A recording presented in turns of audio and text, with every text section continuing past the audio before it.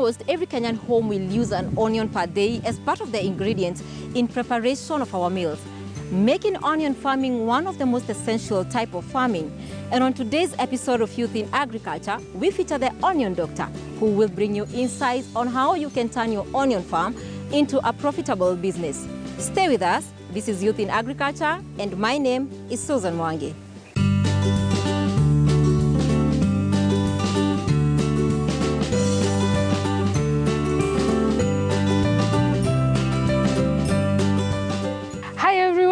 Welcome to our demonstration farm. My name is Lucy Wangari Wanjiko, the Onion Doctor, and this farm is Onion Doctor Demonstration Farm in Kiserian. I am 26 years old, and I am going to take you through the harvest and post-harvest management of onions. Karibuni sana.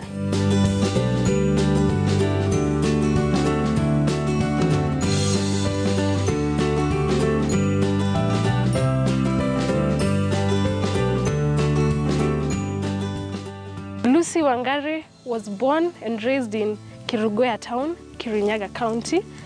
I am an only kid, and I was brought up by my mom. And I grew up in a normal apartment.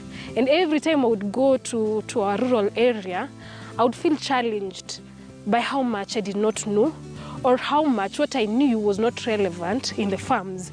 And I would be a laughingstock from time to time because I couldn't just do a simple thing. I couldn't milk a cow. I couldn't even go to the kitchen pen to get the eggs. So it was really challenging for me, and I grew up having, I don't know if it's a bitterness or a determination, but somehow I knew how to overcome that challenge that made me a laughingstock in my village. And slowly but surely, I wasn't really sure I would get into agriculture anyway. But in high school, I did agriculture, and funny enough, we did a project on onion farming for our KCSE, which I didn't do well, unfortunately. Fast forward, I went to JKUAT and I did a degree in land resources planning. And that is one of my strongest backgrounds because we did a serious study on soils.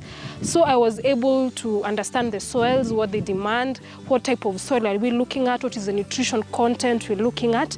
And then I was privileged to go to Israel in 2016, and I came back in 2017. So my journey and stay in Israel when we were doing a double diploma in agriculture, that is what sparked my interest in agriculture, because I tell you for sure, it was my first time ever to interact with agriculture firsthand. I remember walking into a greenhouse, and the crops are small, the capsicum is small. A week later, the capsicum are my height. And then a week later, the capsicums that were green are now red. I mean, for me, that was magic, and that was the day that I fell in love with agriculture, and that was it for me.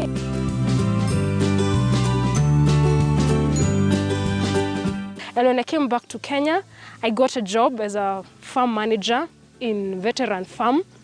And that was also another golden opportunity because my boss wasn't involved in the day-to-day planning of the farm. He became a director, and I was left to do the boss work and all the planning work.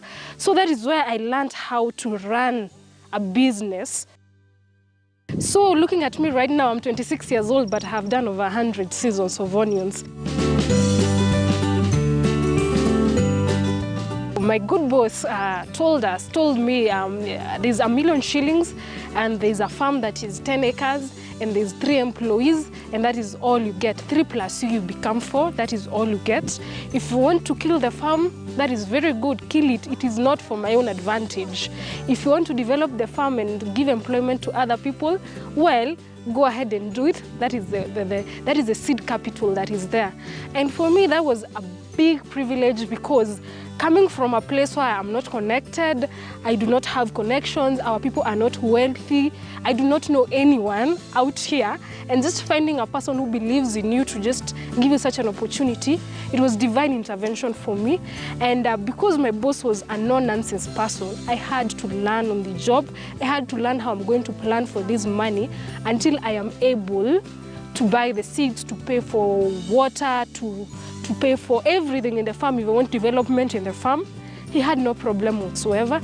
If you want a vehicle for the farm, no problem. Give me the money. Just show me the account balance saying this is the money, we want this.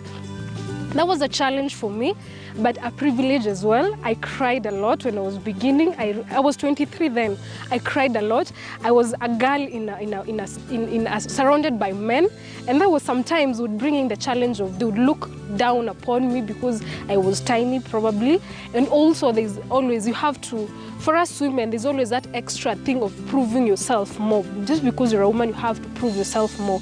I cried at the beginning, but it was strength for me, and we grew from 3, we got to 5 employees, we got to 10 employees, we had a marketer, an in-house marketer, we'd get a person who would do our accounts from time to time, and there was so much growth. It was just beautiful seeing us grow from 4 to 13 employees. So throughout the 3-year period that I was a manager in veteran farms, I was able to study the onion value chain.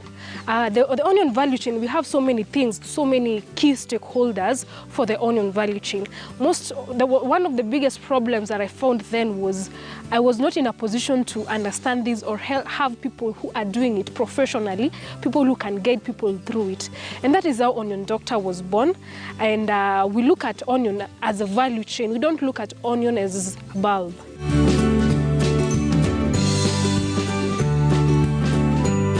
Well, for starters, the cost of seeds is the kind of system we use. You need 45,000 shillings for the seeds. That's 2 kilos to put in 1 acre. Drip installation, you need 140,000 shillings. That is the cost of the drips plus installation and transportation of the drips to your farm. For the tank, you may not necessarily use a tank stand. Some have rivers that they want to pump water out of, and there are some other cheaper ways of having tanks done for you. You can use a dam liner and some very good mesh or some very good wooden material around it to reduce the cost of dam or the cost of borehole, for example. And what else you need is you need at least 2 permanent employees working in your farm. But I say for starting, if you want to start for an acre, at least half the amount of money, half around 200,000 shillings starting capital as you work towards achieving the other money. And one way of achieving the other cash is planting crops that take a month. There's a problem that onion farmers have that is called overnutrition. Overnutrition is a big problem that we don't address, whereby farmers tend to overfeed the crop when it's in the nursery, and when it goes to the field, it's unable to pick up from the field. The stress, the stress period before it adjusts to that, you find that you have a low output just because you overfed your crop in the nursery. So for our case in the nursery, all we use is well decomposed goat manure. That is for sure we use that, and then we we drench the soil, and then we do our nursery. Weeding, we do weeding immediately after the nurseries have started sprouting. That is when we start doing our weeding. And we try our level best to minimize the nutrition that is done in the nursery, so that when the crop is going to the farm, it has the urge to feed. It's just like a human being. It has the urge to eat because it never had that high chance when it was in the nursery. So we only transplant when our crop has pencil kind of thickness. An advantage that we have is you need to understand how you're doing your nursery so that you have around 90% growth rate. Do not transplant your onion if you do not know who your market is.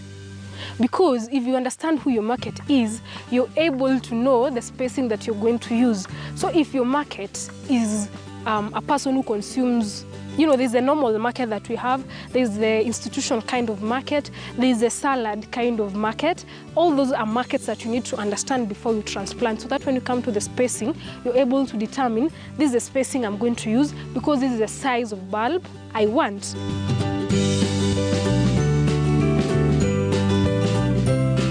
There's the onion that we call the short day varieties, and is what we call the long day varieties. Short day varieties do well in extremely hot areas. This is one of them. So the red bulb onion we have here is a short day variety. The crop that will take within 4 months from doing your nursery, you're harvesting your crop. And if you're in areas that are a little bit colder, we have what we call long day varieties.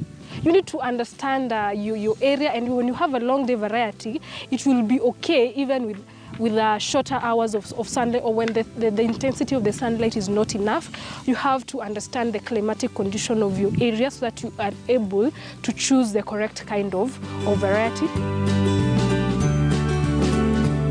This is an onion that we do not uproot when it started raining. And this is an onion that we uprooted immediately it started raining. So let's just see, even harvesting is just a hurdle. When you do that, for starters, look at the roots. The roots have regenerated. Look at these roots. These roots are tiny and they are dry. So these roots have regenerated, and all these nutrients needed for the root to develop, guess where they're coming from? They are coming from your bulb.